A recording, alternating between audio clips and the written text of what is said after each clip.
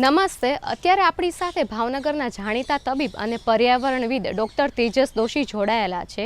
પર્યાવરણ વિશે તમારું જે પ્રેમ છે એ કેવી રીતના તમારામાં ઉદ્ભવ્યો છે? 6-7 વર્ષનો થયો ત્યારથી ધીમે ધીમે કુદરતની વચ્ચે જવું અને મારા જ એક ગુરુ કે જેણે મને પર્યાવરણ વિશે ખૂબ નજીક લાવ્યા છે એવા શ્રી અમરસિંહભાઈ કે જેણે મને હિમાલય વચ્ચે પણ પ્રેમ કરાવ્યો. કુદરત વસ્તુ એવી છે કે આજુબાજુમાં આપણે જ્યાં પણ જોઈએ છીએ કોઈ પણ બગીચો એ પણ કુદરત છે, ઘરમાં 2 કુંડા વાવીને એની માવજત કરવી એ પણ કુદરત છે. ખરેખર કુદરતની નજીક જ્યારે તમે જશો ત્યારે તમને ખ્યાલ આવશે કે કાર ટુ કાર્પેટથી આગળ જઈ અને કુદરતી વચ્ચે અત્યારે આપણે ઊભા છીએ ત્યાં આજુબાજુમાં તમે જો કેટલો સરસ માહોલ છે, પક્ષીઓના અવાજ, આ કુદરતી વાતાવરણ આવું હવે શહેરોમાં ખૂબ જોવા ઓછું મળ્યું છે. મને જે રીતે કુદરત ગમે છે એ રીતે મને પણ એવો વિચાર આવ્યો કે આવા તો કેટલાય બાળકો કે કેટલાય ડૉક્ટર મિત્રો કે બીજા અનેક મિત્રો એવા છે કે જે હવે કારથી કાર્પેટમાંથી નીકળી નથી શકતા. છેલ્લા 15 વર્ષથી અમે એક બહુ સરસ ટ્રેકિંગ લવર્સ ગ્રુપ ચલાવીએ છીએ કે દર 3 મહિને અમે 2 દિવસ માટે ગુજરાતના જંગલોમાં કે જ્યાં મોબાઈલ, ઇલેક્ટ્રિસિટી એનાથી દૂર હોઈએ એવી જગ્યાએ જઈ અને બાળકોને કુદરત શું છે એ માણવા માટે અમે પ્રયત્ન કરતા હોઈએ છીએ. ટ્રેકિંગ ગ્રુપ છે કે જેમાં બાળકો જોડાતા હોય છે, તો તમે મને એ જણાવશો કે આ ગ્રુપમાં કઈ અલગ અલગ એજ ગ્રુપના બાળકો મિત્રો તમારી સાથે જોડાયેલા હોય છે? યુવાનો એટલે જે ઘરની બહાર નીકળી શકે, એમાં કોઈ એજનો બાદ નથી હોતો. યુવાન 3 વર્ષનો હોય છે અને યુવાન 70 વર્ષનો હોય છે અને યુવાન 90 વર્ષના હોય છે. અમારી સાથે તમે નહીં માનવાની છે બેન કે 9 મહિનાનું બાળક એના મા બાપ અમારી સાથે ટ્રેકિંગમાં લઈને 9 મહિનાનું બાળક પણ આવેલું અને અત્યાર સુધીની હાઈએસ્ટ 88 વર્ષની ઉંમરના દાદા પણ અમારી સાથે ટ્રેકિંગમાં આવેલા છે. ટ્રેકિંગમાં ઘણા બધા જોડાતા હોય છે, તો તમારો એકાદ એવો કાંઈ અનુભવ છે કે જે તમને યાદગાર રહી ગયો હોય તમારી ટ્રેકિંગનો બાળકોની સાથેનો? અગત્યની વસ્તુ એવી છે કે બાળકો જ્યારે અમારી સાથે આવતા હોય છે ત્યારે અત્યારના મા બાપો જ્યારે ટ્રેકિંગ માટે આવે એટલે સૌથી પહેલો ફોન અમને પૂછે છે કે શેમાં લઈ જવાનો છે કે શું જવાનું છે. ત્યાં નહીં સર, ત્યાં વેસ્ટર્ન ટોયલેટ હશે. તમે વિચાર કરો કે આપણી લાઈફસ્ટાઈલ કેવી બદલાઈ ગઈ છે કે માણસે નેચરલ કોલ શું છે એ નથી જોયા, કુદરતની વચ્ચે રહેવાનું શું છે એ નથી જોયું એણે. એટલે આ વસ્તુ જ અમે શીખવા લઈ જઈએ છીએ. બાકી કાર ટુ કાર્પેટ તો આપણે આવતા જ છે. અમે એક વખત મનાલીના ટ્રેકિંગમાં ગયા, લગભગ 12,000 ફૂટની હાઇટ ઉપર હતા. ત્યાં જનરલી અમે બાળકોને 2 બ્લેન્કેટ આપતા હોય છે સરસ મજાના રાત્રે સૂવા માટે. એટલે બાળકો શું કરે કે 3-4 બાળકો ભેગા થઈ 2-3 બ્લેન્કેટ નીચે પાથરી 3 બ્લેન્કેટ સૂઈ જાય. સવારે બાળકને એટલી બધી ગરમી થવા માંડી અને બાળકના હુંફાળું લાગવા માંડ્યું કે કેટલું સરસ શું રૂછડા જેવું આપણને મળ્યું. બાળક અચાનક ઉઠી ગયું, જોયું તો એક સરસ મજાનું કૂતરું એની સાથે સૂઈ ગયું હતું. અને બાળકને આ બધા જે અનુભવો છે, જે લાવવા છે એ આપણને અહીંયા ક્યારેય મળવાના નથી. જેવી રીતના તેજસભાઈ પર્યાવરણ પ્રેમી છે, તો તમારા માટે કયું એવું સ્થળ છે કે જ્યાં જઈને તમને ખૂબ જ પર્યાવરણની નજીક હોવાનો અહેસાસ થયો? ઘર અને દવાખાનાથી નીકળી અને કોઈ પણ જંગલમાં જાઓ એટલે આ વસ્તુ ગમે ને ગમે જ. બંને વસ્તુનો સમન્વય જરૂર છે. દવાખાનું કે ઘર છોડીને નથી જવાનું, પણ એટલીસ્ટ દર 3-4 મહિને તમે ડાંગના જંગલો જુઓ, જેસોરના રીંછ અભયારણ્ય જુઓ, રતનમહાલના રીંછ અભયારણ્ય જુઓ. ગુજરાત પાસે તો એવો રીચ વારસો છે મિત્રો, તમે નહીં માનો. છેલ્લા 15 વર્ષથી અમે જે આ ટ્રેકિંગની એક્ટિવિટી બાળકોને લઈ જવાની સાથે કરીએ છીએ એમાં અત્યાર સુધીમાં ગુજરાતના લગભગ અમે 48થી 50 પ્લેસ અમે વિઝિટ કરેલા છે, પણ અત્યાર સુધીમાં એક પણ પ્લેસ અમે રિપીટ નથી કર્યું. અને હાજી તો આવા કેટલાય સ્થળો છે કે જે તમે નવા એક્સપ્લોર કરી શકીએ. અમારો એક મકસદ એવો હોય છે કે અમે અમારું રસોડું સાથે લઈને જતા હોય છે. તેજસભાઈ, તમે મને એ જણાવશો કે કયો એવો એક વિચાર હતો કે જેના લીધે તમને એમ થયું કે ના, હવે મારે પર્યાવરણ વિશે ખૂબ જ જાણવું છે અને એમાં આગળ પડતા ઘણા બધા કાર્યક્રમો કરવા છે? અનિશાબેન, સૌથી અગત્યની વસ્તુ મારી શાળાએ એટલે મારી સ્કૂલે આમાં બહુ મોટો રોલ ભજવ્યો છે. અમે જે મુક્ત વાતાવરણમાં એટલે શ્રી દક્ષામૂર્તિ વિદ્યાર્થી ભવન સંચાલિત શ્રી દક્ષામૂર્તિની જે શાળા છે એ કદાચ ગુજરાતની પણ, ઇન્ડિયાની પણ, વિશ્વની એક એવી સંસ્થા છે કે જેણે અમને ખૂબ મુક્ત વાતાવરણ આપ્યું છે. અમે પહેલાં ધોરણ સુધી ક્યારેય પેન નથી પકડી. અમારું બાલ મંદિર પણ એટલું સરસ છે કે અમે કુદરતની વચ્ચે જ રહ્યા છે. અમારું ટેકરિયું બાલ મંદિર, અમને જ્યારે પહેલો વરસાદ આવતો ત્યારે અમારા પ્રિન્સિપાલ કમ્પલસરી અમને નાવા ક્લાસમાંથી બહાર લઈ જતા. અત્યારનું વાતાવરણ તમે જો, બાળક પલળી ગયું હોય તો આમ મા બાપ રાડ કરી, અમારે તો કમ્પલસરી નાવાનું. ભાવનગર એક એવું રીચ બાયોડાયવર્સિટી છે કે એશિયામાં માત્ર 3 સિટી એવા છે કે જેની અંદર રિઝર્વ ફોરેસ્ટ છે. ભાવનગર એમાંનું એક છે. એટલે અમને નાનપણથી જંગલ મળ્યું છે. આ જ જંગલમાં જ્યારે અમે પ્રવાસો શરૂ કર્યા, સ્કૂલમાંથી અમને પ્રવાસો લઈ જતા, સ્કાઉટ ગાઈડ, નેચર ક્લબ, આ વસ્તુ જ્યારે મા બાપે અમને આમાં ઇન્વોલ્વ કર્યા, પહેલાં તો અમને ખબર નહોતી, પણ એ મા બાપે જ્યારે આનો સપોર્ટ આપી અમને મુક્ત વાતાવરણમાં મોકલ્યા, ત્યારે આપણને ખબર પડી કે આવી સરસ જ્યારે રીચ બાયોડાયવર્સિટી હોય, કુદરતની નજીક આપણે જઈએ તો કેટલો બધો આનંદ આવે છે. ભણવામાં પણ મજા આવતી. અમને લેસન પણ ક્યારેય ક્લાસમાં નથી કરાયું. તમે વડવા નીચે બેસીને કરી શકો, લીમડા નીચે બની શકો. એમાં બેનિફિટ એ થવા માંડ્યા કે ધીમે ધીમે કંઈક અવાજ પક્ષીનો આવે તો તરત તમે ગોતીએ કે આ પક્ષી કયું છે. બર્ડ વોચિંગમાં તમે બાળકોને પણ સાથે લઈ જાઓ છો, તો તમે મને એ જણાવશો કે તમે આ બાળકોને કેવી રીતના પ્રેરિત કર્યા બર્ડ વોચિંગ માટે? જેમ હું પ્રેરિત થયો એમ જ બાળકોને લેસન અને કુદરતથી, ઘરના વાતાવરણથી દૂર લઈ જઈ અને જંગલોની વચ્ચે બાળકને અમે એટલું કહી, બાળકની જિજ્ઞાસા વૃત્તિ ખૂબ વધારે હોય છે. મારા ઇવન આપણે જે પ્રોજેક્ટની ચર્ચા કરશું એમાં પણ હું સૌથી વધારે ટીનેજના બાળકોને જોઈન કરતો છું. બાળકને આપણે એમ કહીએ કે તારે અડધો કલાક અહીંયા બેસવું છે, તારી આજુબાજુમાં જેટલા અવાજ સંભળાય એનું તું માર્કિંગ કર. બાળકો ખૂબ સરસ રીતે કરે છે. કદાચ એને ભણવાનું એટલું જલ્દી યાદ નથી રહેતું, પણ જે પક્ષીઓનો અવાજ છે કે એટલું બધું એને એ યાદ રહે છે. એટલે ધીમે ધીમે એ બાળકને ગોતીએ કે ભાઈ તું આ પક્ષી ક્યાં બેઠું છે, તું ગોત. આવી રીતે એક પ્રવૃત્તિ કરીએ. શિયાળો આવે તો ફ્લેમિંગો સરસ આવે, હેરિયર્સ અહીંયા વેલાવદરમાં આવે છે, બ્લેકબકના જે વેલાવદર, એ પક્ષીઓને ત્યાં લઈ જઈને એની મુલાકાત કરીએ, બાળકોને ત્યાં મુલાકાત કરાવીએ. અને આ બાળકો જ્યારે જોવે ત્યારે એની ક્યુરિયોસિટી ખૂબ વધતી જાય છે અને આપણી પ્રવૃત્તિમાં જોડાતા જતા હોય. આપ મને જણાવશો કે પર્યાવરણ રિલેટેડ તમે ઘણા બધા કાર્યક્રમો કરો છો, તો એ કાર્યક્રમ દરમિયાન ઘણા બધા તમને અનુભવ થતા હશે, અમુક સુખદ, અમુક દુઃખદ, અમુક કડવા. તો આપ મને જણાવશો કે અમુક એવા કડવા અનુભવથી આપણને શું શીખવા મળ્યું છે? પર્યાવરણ હંમેશા ડગલે ને પગલે આપણને શીખવતું રહે છે. સૌથી મોટું લેસન એ છે કે પર્યાવરણની ક્યારેય વિરુદ્ધ ન જવું. એવું કહેવત છે આપણે કે નદીનો પ્રવાહ ધસમસતો હોય ને ત્યારે સામા ન તરવું, એને શાંત. પર્યાવરણ જે કંઈ કરતું હોય એ આપણી કરતાં ઘણું બધું સમજી વિચારીને કરતું હોય છે. અમે જ્યારે ટ્રેકિંગમાં જઈએ છીએ કે આ કુદરતોમાં જઈએ ત્યારે અમારી સાથે લોકલ માણસો હોય છે. મારું દરેક પાર્ટિસિપન્ટને એવું ખાસ માર્ગદર્શન હોય કે લોકલ ત્યાંની વ્યક્તિ છે કે જે ગાઈડ હોય એની એક એક વસ્તુ સાંભળજો. એ જે છોડને ન અડવાનું કે એને ન જડતા, અથવા અડવાનું કે તો એને જ અડજો. આવો જ અમારે એક જેસોરમાં અનુભવ થયો હતો. એટલું સરસ ફૂલ હતું, એટલે એક બાળકને ખબર નહોતી, અમને નીચેથી કીધું હતું પણ એ બાળક ત્યારે નહીં સાંભળ્યું હોય. બાળક નહોતો પણ યુવાન હતો, પણ એને તરત એ ફૂલને તોડ્યું. ફૂલ તોડીને સૂંઘવા ગયો, વિધિન 3 મિનિટ્સમાં એ ત્યાં જ અમારી વચ્ચે જોરથી બેભાન થઈને પડી ગયો. અમારા બધાને પણ ફીણ આવી ગયા, પણ કેવું શું કરવું? ડૉક્ટર હતા છતાં અમે નિલેશ ભાઈ આને થયું શું? પણ ત્યાં લોકલ માણસ હતો, તરત જ એ ક્યાંક દોડીને ગયો.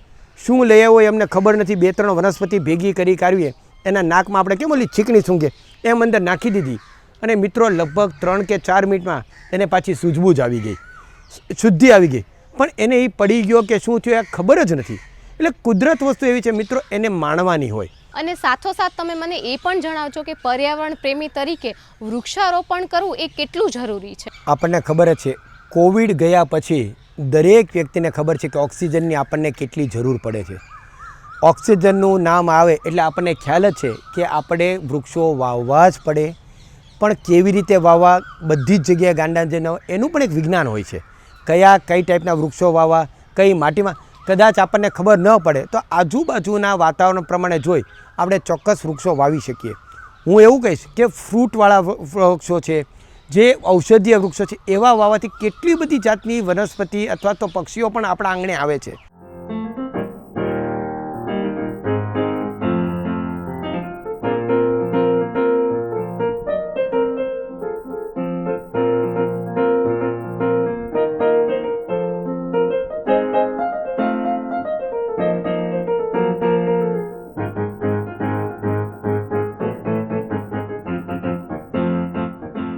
તો અત્યારે આપણે ભાવનગરના ઇકોબ્રિક પાર્કમાં બેઠા છીએ કે જે ઇકો ફ્રેન્ડલી ગાર્ડન છે. તો તેની વિશેષતાઓ શું છે, એ કેવી રીતના બન્યું અને બનતી વખતે કેટલા હર્ડલ્સ આવ્યા અને કેવી રીતના આ પ્રોજેક્ટ સરસ રીતે પૂર્ણ થયો. તો આ જે પ્રોજેક્ટનું જે વિઝન છે, જે પાયોનિયર છે ડૉક્ટર તેજસ દોશી, એમની સાથે આપણે મુલાકાત કરીએ અને વાતચીત કરીએ કે આની વિશેષતાઓ શું છે.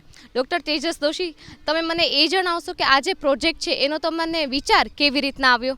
મેઇન પર્પઝ એ છે કે જ્યારે આ પ્લાસ્ટિકના જબલાઓ ઉડતા દેખાણા અને મેં આ વિચાર જ્યારે ભાવનગર મ્યુનિસિપલ કોર્પોરેશન પાસે મૂક્યો ત્યારે એવો વિચાર આવ્યો કે આ પ્લાસ્ટિક નોન રિસાયકેબલ છે, એને ક્યાંક એક જગ્યાએ આપણે ભેગું કરવું જોઈએ.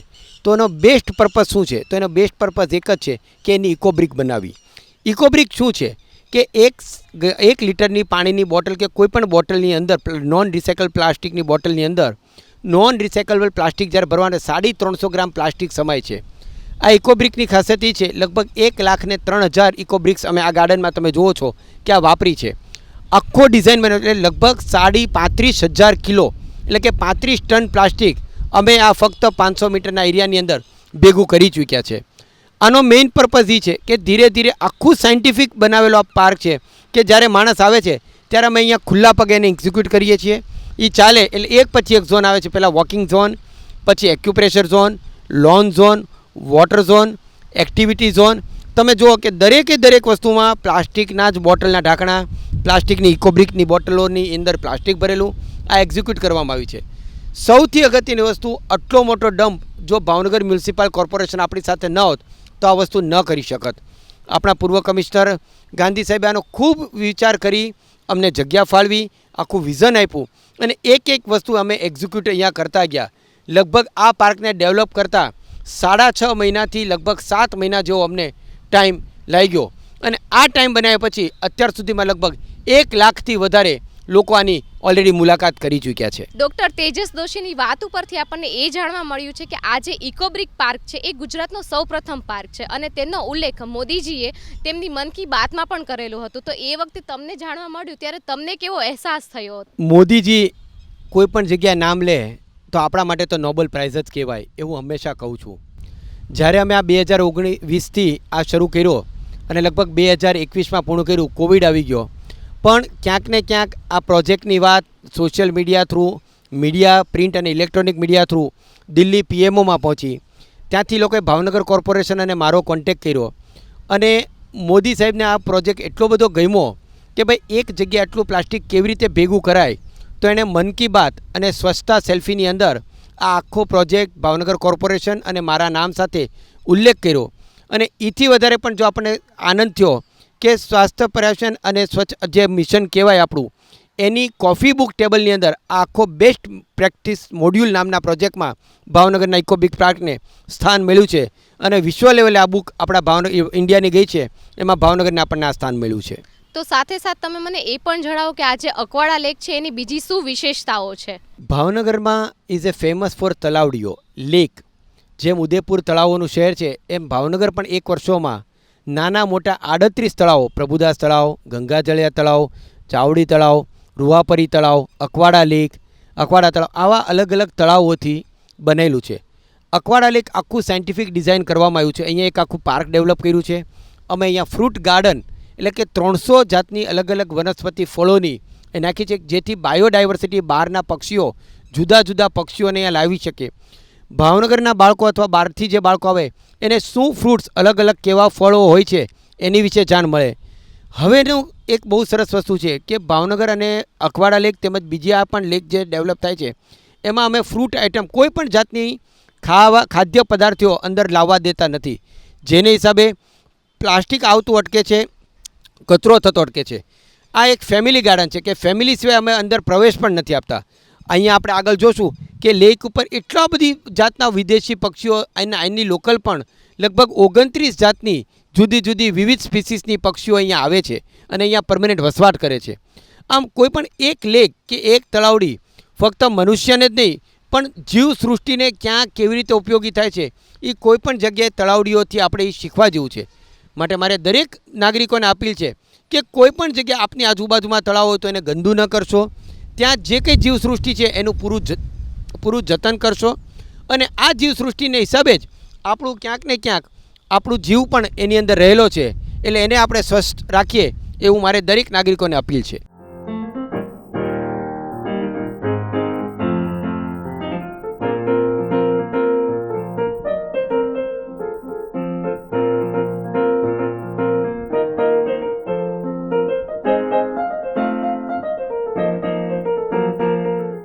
અત્યારે આપણે ગુજરાતનું જે સૌપ્રથમ ઇકોબ્રિક પાર્ક છે કે જે ભાવનગરમાં આવેલું છે તો તેમાં ઊભા છીએ અને મારી સાથે અત્યારે જે ભાવનગરના કમિશનર છે ઉપાધ્યાય સર, તો એમની સાથે આપણે વાતચીત કરીએ અને એમની પાસેથી જાણીએ કે એમના શું વિચારો છે પર્યાવરણને રિગાર્ડિંગ. સર, આપનું આ સ્વાગત છે આ દૂરદર્શનના કાર્યક્રમમાં અને હું તમને એ પૂછવા માંગીશ કે આ જે ઇકોબ્રિક પાર્ક છે તો એના વિશે તમારું શું કહેવું છે? આપણે બધા જાણીએ છીએ કે પ્લાસ્ટિક જે છે એ કમ્બસ્ટિબલ મટીરિયલ નથી અને એનો નાશ થવામાં સેંકડો હજારો વર્ષ લાગે છે. એટલે સરકારે પણ આ રીતે પ્લાસ્ટિક સિંગલ યુઝ ઉપર બેન મૂક્યો છે. 120 માઇક્રોન કરતાં ઓછી જાડાઈના જે કેરી બેગ્સ છે એની પર પણ બેન મૂક્યો છે. અહીંયા આપ જોઈ શકો છો કે બધી પ્લાસ્ટિક બોટલ્સ જે મોસ્ટલી સિંગલ યુઝ કહી શકાય પ્રકારની છે. તો ભાવનગર મહાનગરપાલિકાએ વિતેલા વર્ષોમાં એક એવો પ્રોજેક્ટ લીધો કે ભાઈ આવી બોટલો કલેક્ટ કરીએ અને આપણે 3 બોટલ દીઠ ₹5 દરેક જે પણ વ્યક્તિ લઈને આવે એને આપીએ. તો આપણે આ રીતે કુલ 1 લાખ બોટલ્સ કલેક્ટ કરી અને જે BMCની અમારી જે MSB એટલે મ્યુનિસિપલ સ્કૂલ બોર્ડની શાળાઓ છે તે બાળકોને એક વર્ક તરીકે એક પ્રોજેક્ટ તરીકે આ બોટલ્સની અંદર લગભગ 350 ગ્રામ પ્લાસ્ટિક ભરેલું છે. એટલે કે જે જબલા આવે, જે પ્લાસ્ટિકના બીજા ફરફરિયા આવે, એ પ્રકારના એક બોટલમાં 350 ગ્રામ પ્લાસ્ટિક આપણે અંદર ભરીને આખી બોટલને રીતે હેવી કરી છે. આપ સમજો કે પ્લાસ્ટિક કેટલું લાઇટ વેઇટ હોય છે. એટલે આ બોટલો, એક બોટલ 350 ગ્રામની એવી 1 લાખ બોટલ છે. એટલે લગભગ 35 ટન પ્લાસ્ટિક ને આપણે આ રીતે એક ઉપયોગમાં લઈ શક્યા છીએ. અને આ રીતે ભાવનગરમાં જે પ્લાસ્ટિકનું જે વેસ્ટનો જે એક નિકાલનો જે પ્રશ્ન હતો એનો આપણે આ રીતે આંશિક એક સોલ્યુશન આ માધ્યમથી મેળવી શકેલ છે. આમાં ઘણો બધો પ્રયાસ છે એ લોક જાગૃતિમાંથી પણ મેળવી શકાય છે. પણ મારે સર તમને એ પૂછવું છે કે અત્યાર સુધી તમારા ટેન્યુઅરમાં તમે ઘણા બધા પ્રોજેક્ટ કર્યા હશે, પણ તમારો જે પર્સનલ જે એમ કહેવાય કે જે દિલથી નજીક હોય એવો એક પ્રોજેક્ટ ખરા?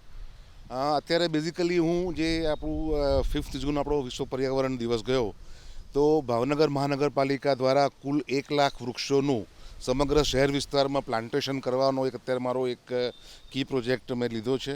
અને એ માટે હું તમામ જે એવી સ્વૈચ્છિક સંસ્થાઓ છે જે નેચર ક્લબ માટે કામ કરતી હોય છે, નેચર માટે કામ કરતી હોય છે, એવી તમામ સંસ્થાઓના સહયોગથી વત્તા કોર્પોરેશનના જે આપણો ગાર્ડન ડિપાર્ટમેન્ટ છે એના સહયોગથી અમે 1 લાખ વૃક્ષોનું વૃક્ષારોપણ કરવાના છીએ. અને દરેક નાગરિકને અમે આના માટે અનુરોધ કર્યો છે કે ભાઈ આપ આપના બંગલામાં, આપના ટેનામેન્ટમાં, આપના રો હાઉસમાં 1-2 જેટલી બી જગ્યા એટલા ઝાડ જાતે આપ ઉછેરો. અને એના માટે મહાનગરપાલિકા તરફથી ફ્રી ઓફ કોસ્ટ અમે રોપા તે લોકોને પૂરા પાડીએ છીએ. એટલે એક આ અગત્યનો પ્રોજેક્ટ છે. બીજું, અમે એક પ્લાસ્ટિક ડ્રાઈવ, સતત સઘન પ્લાસ્ટિક ડ્રાઈવ અમે ચાલુ રાખેલી છે. અને શહેરમાંથી આપ જોઈ શકો છો કદાચ કે આજે શાકભાજીવાળા પણ વોવન બેગ્સ અથવા તો પેપર બેગ્સનો ઉપયોગ કરતા મહદઅંશે થયેલા છે. આમ જે સિંગલ યુઝ પ્લાસ્ટિક જે છે એ આપણે આનો યુઝેસ ભાવનગર શહેરમાં આપ જોશો તો મોટા પ્રમાણમાં એને આપણે ઓછો કરી શક્યા છીએ. તો સરની વાતચીત ઉપરથી એ ચોક્કસપણે જાણવા મળે છે કે એક કોઈ વ્યક્તિના હાથથી નહીં પણ બધાએ સાથે મળી અને પર્યાવરણની સાચવણી કરવી જોઈએ. અને સર, લાસ્ટમાં હું તમને એ પૂછવા માંગીશ કે તમે લોકોને શું સંદેશો પાઠવવામાં આપશો કે પર્યાવરણની સાચવણી આપણે બધાએ સાથે મળી અને કેવી રીતના કરવી જોઈએ? આપણે જે અત્યારે કરીશું એ આપણી આવનારી પેઢીઓ એને ભોગવવાની છે. વૃક્ષારોપણ, પ્લાસ્ટિક એ ખૂબ જ અગત્યના છે. Apart from ozone layer depletion, જે આપણે ક્લોરોફ્લોરોકાર્બન્સનો યુઝ વધારે પડતો કરીને જે કરીએ છીએ, આ બધા ખૂબ જ અગત્યના પાસાઓ છે. એટલે શહેરીજનોને મારી એટલી જ અપીલ છે કે આપનો વર્તમાન ના જુઓ, આપનું ભવિષ્ય જુઓ. ભવિષ્યની પેઢીને તમે શું આપીને જવાના છો તે જુઓ અને એ પ્રમાણે તમારી જે દિનચર્યા તમારી જે છે કે ભાઈ પ્લાસ્ટિક નહીં વાપરવું, વેસ્ટેજ નહીં કરવો, ઝાડનું જતન કરવું, આ CFCs પ્રોડ્યુસ થાય એવા મિનિમમ યુઝેસ કરવા, આ રીતની આપણી દિનચર્યા બનાવવી જોઈએ. અને આવનારી પેઢી માટે આપણે એક ઉજ્જવળ ઇકો ફ્રેન્ડલી વાતાવરણ આપણે ઉપસ્થિત કરવું જોઈએ. તો તેની સાથે સર તમે મને એ પણ જણાવશો કે બીજા એવા કયા પ્રોજેક્ટ છે કે તે તમે ભાવનગરની પ્રજાને ભેટ આપવાના છો? પર્યાવરણ વિશે આપણે જો વાત કરતા હતા અને આગળ વધારીએ તો વોટર કન્ઝર્વેશન એ એટલો જ અગત્યનો મુદ્દો છે. ભાવનગર કુદરતી રીતે ખૂબ સાનુકૂળ ભૂગોળ છે કે આપણી આસપાસમાં ઘણા બધા વોટર બોડીઝ આવેલા છે. શહેરની વચ્ચે ગંગાજળિયા તળાવ આવ્યું છે, ગૌરીશંકર તળાવ આવ્યું છે, અત્યારે આપણે ઊભા છીએ પણ એક અકવાડા લેક છે. તો આવા અન્ય 13 સરોવરને અમે બ્યુટિફિકેશન અને એનું સ્ટ્રેન્થનિંગ કમ ડીપનિંગનો અત્યારે અમૃત 2 પ્રોજેક્ટ જે ભારત સરકારની જે છે તે અંતર્ગત અમે એનું સ્ટ્રેન્થનિંગ, ડીપનિંગ અને બ્યુટિફિકેશનનું કામ કરી રહ્યા છીએ. અને એ ટૂંક સમયમાં સરકારજીની જે આપણે આયોજન છે તે પ્રમાણે 15 ઓગસ્ટ પહેલાં એ કામ પૂરા કરવાના છે.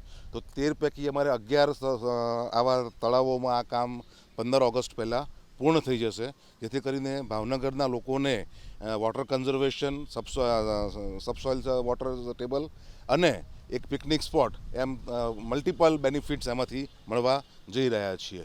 એ ઉપરાંત આપણે ગંગાજળિયા તળાવ આગળ એક વેસ્ટ ટુ વન્ડર પાર્કનો એક પ્રોજેક્ટ આપણે અત્યારે ઓન પેપર કન્સેપ્ચ્યુઅલાઇઝ કર્યો છે, જેનું પણ અમે ટૂંક સમયમાં આપણે એનું ફિઝિકલ એનું આપણે એક્ઝિક્યુશન ચાલુ કરીશું, જેમાંથી વેસ્ટમાંથી આપણે એક પ્રકારનું બેસ્ટ બનાવવાનો પ્રયત્ન કરીશું. અને આ રીતે એક unique apart from infrastructure project આ અલગ એક પ્રકારનો પ્રોજેક્ટ છે જે આપણે કરવા માટે જઈ રહ્યા છીએ. અને સરની વાતચીત ઉપરથી એ પણ આપણને જાણવા મળ્યું કે એ જે સર જે પ્રોજેક્ટ ભાવનગરને ભેટ આપવાના છે, તો સર તો શરૂઆત કરવાના જ છે, પણ એની સાચવણી છે એ ભાવનગરની પ્રજા, એ લોક નાગરિકતા ઉપર પણ એનો આધાર રહે છે. અને સાથોસાથ મારે સરને એ પણ પૂછવું છે કે બીજા એવા કયા નવા પ્રોજેક્ટ છે કે જેની કારીગરી અત્યારે શરૂ છે? સોલાર એનર્જી જે છે એનું ખૂબ મહત્ત્વ છે. આપણું જે કન્વેન્શનલ ટાઈપથી જે આપણે ઇલેક્ટ્રિસિટી પ્રોડ્યુસ કરતા હોય છે, તો આ નોન કન્વેન્શનલ મેથડ છે. અત્યારે ભાવનગર એક નાના પાયે એની શરૂઆત કર્યું છે. અત્યારે આપણી પાસે 650 કિલોવોટ સોલર પાવર જનરેટ કરવાની કેપેસિટી છે. અને બીજા આપણે અત્યારે જે કોર્પોરેશનના બિલ્ડિંગો છે એની ઉપર બીજા લગભગ 500 ઉપરાંત બીજા 500 કિલોવોટના, એટલે કે કુલ કેપેસિટી આપણી 1 મેગાવોટ જેવી થઈ જશે. એ પ્રોજેક્ટ આપણે કરવા જઈ રહ્યા છે, જેનાથી આપણને કાર્બન ક્રેડિટનો પણ લાભ મળવા જઈ રહ્યો છે. અને ભાવનગરના લોકોને મારી ખાસ અપીલ છે કે અમે તો બદલીને પાત્ર છીએ, I will be transferred in coming few years, પણ આ વસ્તુ તમારા માટે છે. તમે એની જેટલી જતન કરશો, જેટલી જાળવણી કરશો, જેટલો એનો સાચવીને ઉપયોગ કરશો, એટલું લાંબુ આનું ભવિષ્ય રહેશે, એટલો લાંબા આના બેનિફિટ્સ રહેશે. અને સાથોસાથ ડૉક્ટર તેજસ દોશી અને એની જેવા ઘણા બધા પર્યાવરણ પ્રેમી ભાવનગરમાં હોય છે, તો તેના વિશે તમે સર શું કહેવા માંગશો? ડૉક્ટર તેજસ દોશી એવું કહીશ કે હંમેશા પર્યાવરણ લગતી કોઈ પણ બાબત હોય તેઓ હંમેશા અમારી સાથે રહ્યા છે. કદાચ હું એમને ડૉક્ટર તરીકે ઓછા અને પર્યાવરણવિદ તરીકે વધારે ઓળખું છું. તેમના જેવી અનેક બીજી સંસ્થાઓ પણ છે. 2-4 જો નામ મને ખ્યાલ છે કે એક રાજહંસ નેચર ક્લબ છે, બીજા 1-2 નામ કદાચ હું અત્યારે ભૂલી રહ્યો છું. પણ આ તમામ સંસ્થાઓ જે છે એ ભાવનગરની આસપાસનું જે પર્યાવરણ છે, જે વોટર બોડીઝ છે, એના માટે ખૂબ જ ચિંતા કરે છે. અને અવનવા સજેશન લઈને મારી પાસે અવારનવાર તે લોકો આવતા હોય છે. અને આમના થકી જ હું આવા જે સંસ્થાઓ છે, આવા જે પર્યાવરણ પ્રેમીઓ છે, તેમના થકી જ ભાવનગરની જે ઇકોસિસ્ટમ છે, જે પર્યાવરણ છે, તે જળવાઈ રહેશે તેવું ચોક્કસપણે માનું છું. તો આજે આપણી સાથે ભાવનગરના કમિશનર એવા એનવી ઉપાધ્યાય સર જોડાયા હતા, અને અમારી સાથે જોડાવા બદલ સર આપનો ખૂબ ખૂબ આભાર. અને આપની સાથે આજે પર્યાવરણ પ્રેમી ડૉક્ટર તેજસ દોશી પણ જોડાયા હતા, તો સર આપનો પણ ખૂબ ખૂબ આભાર માનું છું. તો આજના કાર્યક્રમ ઉપરથી આપણને એ જાણવા મળ્યું કે પર્યાવરણ પ્રેમીઓ તો ઘણા બધા હોય છે, અને પર્યાવરણ માટે કામ કરવાવાળા લોકો પણ ઘણા બધા હોય છે, પણ એની સાથે આપણે જે લોક જાગૃતિ છે એ પણ આપણને વધારે અવેર કરવાની જરૂર છે. તો આ બધું કામ જે લોકોની સાથે મળી અને કરવા જેવું છે, તો આપણે બધાએ સાથે મળી અને આની પહેલ અને સાચવણી કરવી જોઈએ.